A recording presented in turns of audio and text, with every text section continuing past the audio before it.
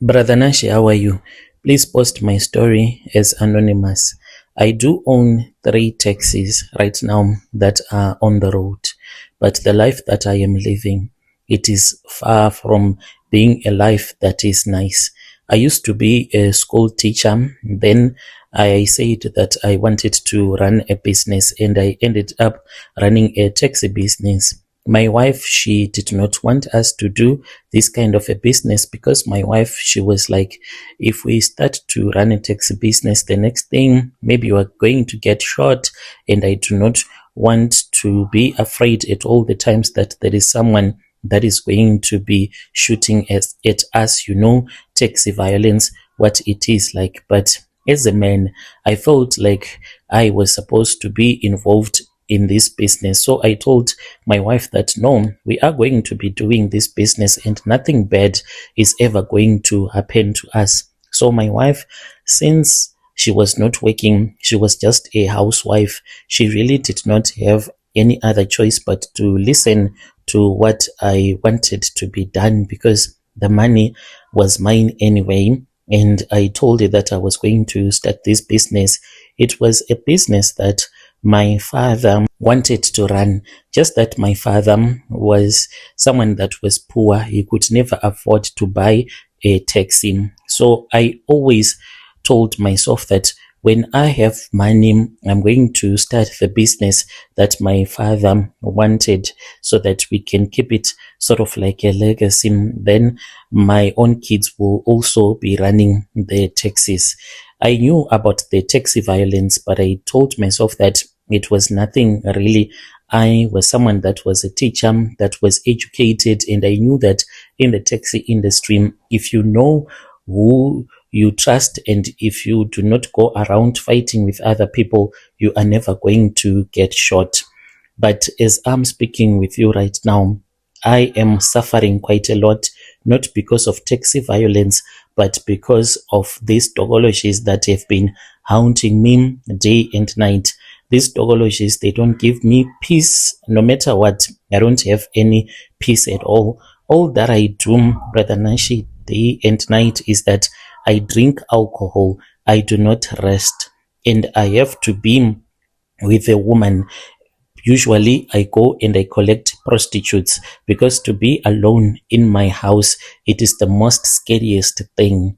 I pay these prostitutes so that they can be with me throughout the night. Some of these prostitutes, I don't even sleep with them. I am 55 years old, but the way that my body is so tired, my bones, they are so tired.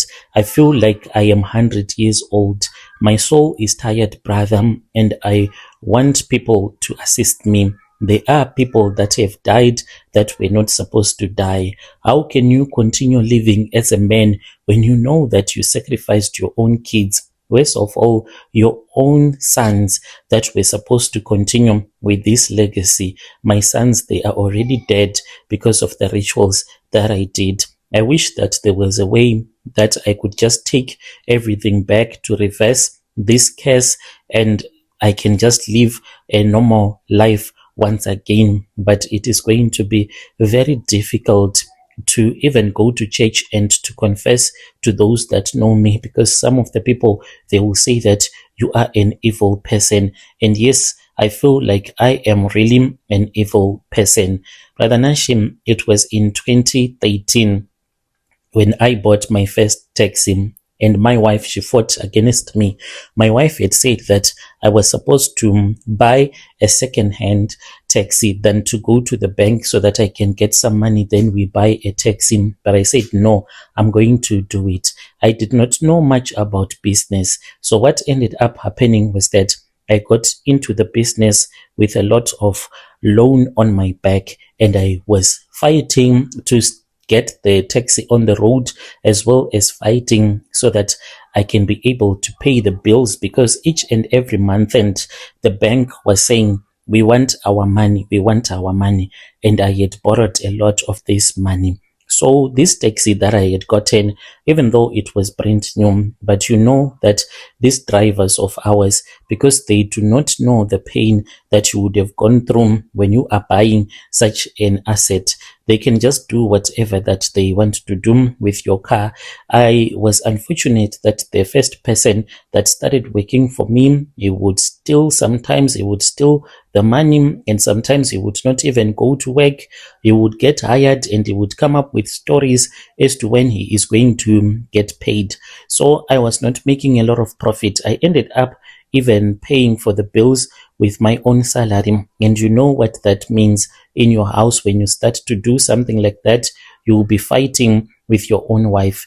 Me and my wife, we would fight each and every day about this. My wife would say that you were never supposed to do this. I told you to not get involved into this taxi business. Look now how much we are losing. We were losing a lot of money, brother. We were unable to repay the bank loans. And then that was when our house got repossessed. This was more than what my wife could take. And my wife said that no more, I do not love you anymore, because I did not even tell my wife that this was what was happening. I was unable to pay the money for the bond in time, and I was lying to my wife that everything was in order. Later on, when she found out that we were going to get evicted, you can just imagine how much she was hurt and how she felt betrayed. I tried to explain the situation to her that we were going to be okay. It is only a few women that can stay with you when you are on your lowest, when you are poor, when you do not have any money at all. My wife was not that type of a woman who could stick around, considering the fact that things had gotten so bad. I started working as a driver and I was struggling, Brother Nashim. I had my taxi that was always breaking down on the road, and I was working for someone else.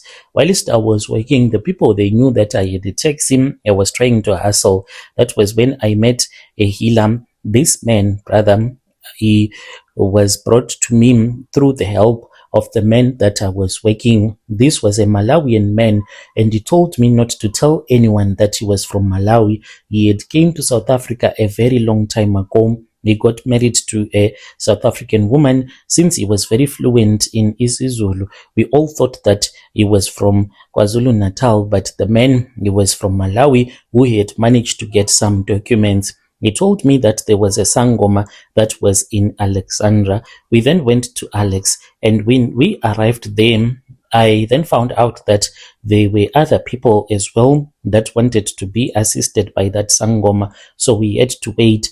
I waited from around 9 a.m. in the morning, and I was assisted only past 7 p.m. when I felt like I want to give up. And then we were called and we went into the consultation room. When we were in the consultation room, I was told that there was someone that had bewitched me, that did not want to see me succeeding in life. And I said, so what is it that I am supposed to do? I was told that I was going to be given a special guest. This special guest, it was just like a Tokoloshe, but he did not say that it was a Tokoloshe. He said to me, you are going to be having a special guest that will be staying with you in your own bedroom, and your taxes, they are going to multiply. He said the way that rabbits sleep with each other and multiply, that is what is going to be happening in your business. You'll be having so many taxes, so much that you won't even know what to do with the taxes anymore. And this was a Tokoloshe. I did not know much about this Tokoloshe that he had given to me. All that he did was that he gave me a chicken feather, which I was supposed to put underneath my mattress, and I was supposed to remove it each and every morning. So it was a little bit difficult because I had to find a woman that I sleep with, and early in the morning, before this woman wakes up, I was supposed to remove this feather. I would pretend as if I am collecting some money if it was a prostitute, so that I can give it to him, yet I will be removing that chicken feather. One day when I was with this other woman, I woke up early in the morning and I did not find the chicken feather. I returned back to Alex and I was told that this meant that it was okay. I was going to start making money. I was desperate, Brother Nashi. Later on, I was told that there was only one sacrifice that was needed.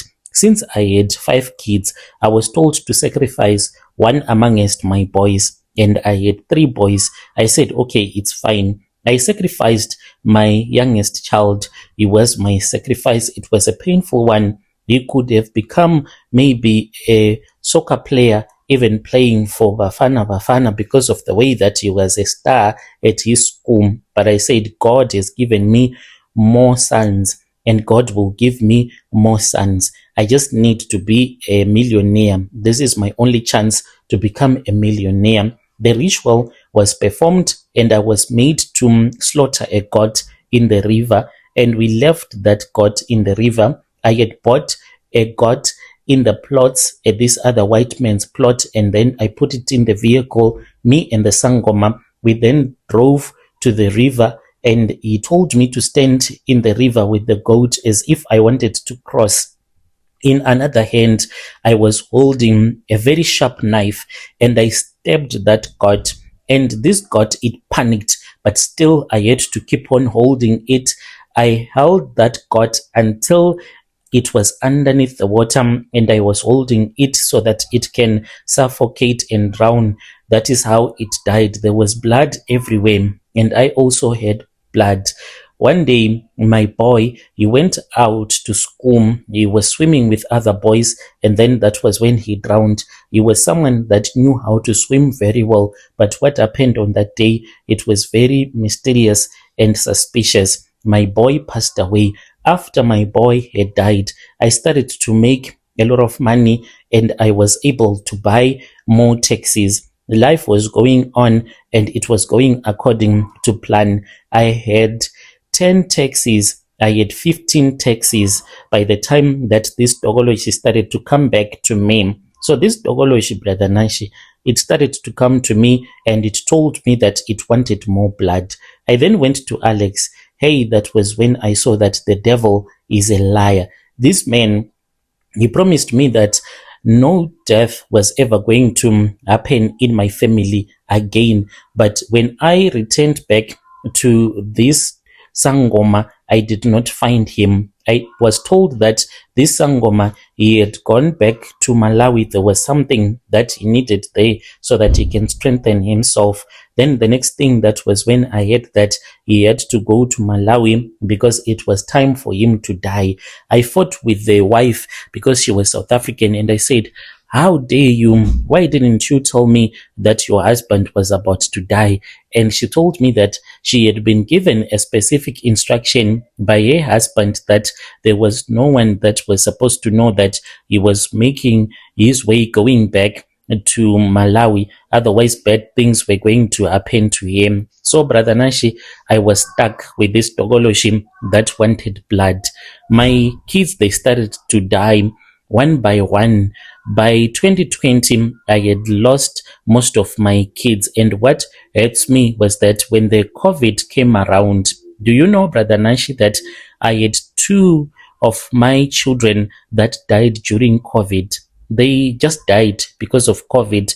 They were staying in separate locations, but both of them, they died. And it was the most painful thing that had ever happened to me, because I attended the first funeral, then I had to attend the second funeral. And during those days, you were not allowed to call a lot of your relatives so that they can be there with you at the time of their burial. We just went there, and it was as if we were dumping my kids.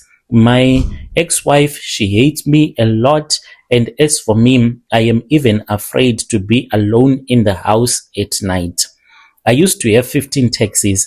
Now I only have 3 taxis. You know, those type of taxis that no one would want to get into. You can only use that taxi if you see that you are in a rush, you want to go to work, or you are rushing to town. But on a normal day, when there are a lot of taxis that are patrolling, you will never get into my taxi because they are not maintained properly, because I don't have money anymore. At night, if I do not sleep with a woman, there is a Tokoloshe that comes to me. This Tokoloshe, it does bad stuff to me. It can even beat me up, saying that it wants blood. I asked this Tokoloshe, where do you want me to get this blood? Because as for now, I do not have any child that is remaining. But the Tokoloshe will just say, I want blood, I want blood. And I asked this Tokoloshe, is it that you want my blood? You need to tell me if it means that you want my blood. Then it will start to beat me and tell me that, no, I did not tell you that I want your blood. It speaks with me, but when it speaks with me, it does not talk to me like the way that you and we can speak.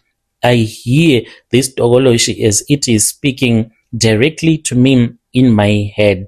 So this is where I am, Brother Nashi. I am looking for someone that can assist me. I do not want any Sangoma that is not South African, because I was already scammed by this man that was from Malawi. All that he said to me was one sacrifice was going to be enough for me to have up to 30 taxis. The blood of my son, he was the one that would be controlling my taxi business so that I can keep on making money. I was never told that I would sacrifice my entire kids, and I loved my children quite a lot. I started this business because I wanted a legacy. I have tried to impregnate these women that I am dating. Some of them, they end up asking me if I can make a woman to fall pregnant, because there was one who even told me that she would make sure that she sleeps with me a lot when she is ovulating, because she wanted us to have a child, but it failed.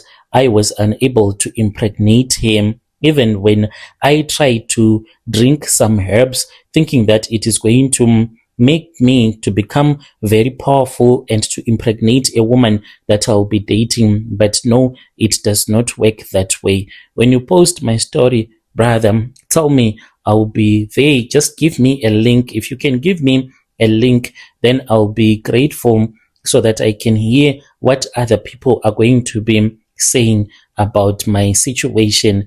I'll be in the comments. Yo, dear listeners, right there was a message that was sent to me by one of our dear brother. Let us try to speak with our dear brother in the comment section. Strange things indeed, they do happen in this world. Yo.